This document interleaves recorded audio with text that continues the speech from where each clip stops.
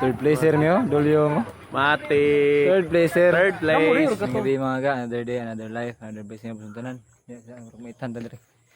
Karon na gabi una no kay buduha ta og kanang tournament sa pickleball ato sa Don Pedro no. Manay tournament dito sa Don Pedro sa pickleball sa mga vlogger dire sa norte no. So mga dagko ra sila nga vlogger ng uban mga ilado. So kanina siya nga tournament kay ang nagpaluyo ni si Boss Mark.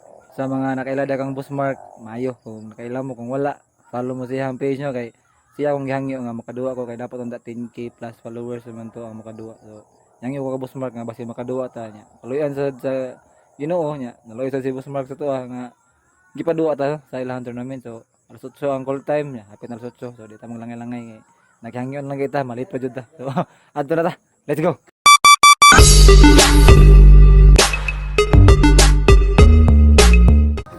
Hanap pag isang iPhone eh. Warm up sa tagi nagmay dire mga ga.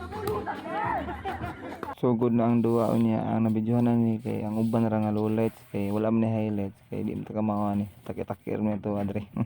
Ganahan mo tanawan ninyo ang video kung dili ayaw lang pud kay wala man ni pug sanay.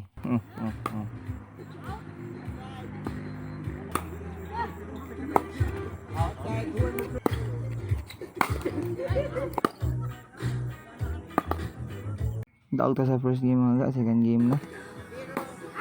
Pilde mi dire nga duwa mga ga, kay murag medyo dimalas mo dire sig kanit bola mo mga tira, ano kani, murag kuwang sa kaon nga katugon, murag inana gid ang nahitabo dire. Inana man ba sa pilde ta, may kita mangita rason.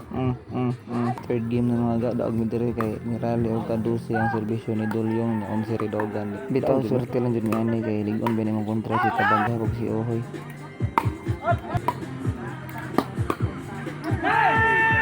Dire mga ga kay fight for third man eh, wala lang tayo low lights kay wala video kay dos ra mong score.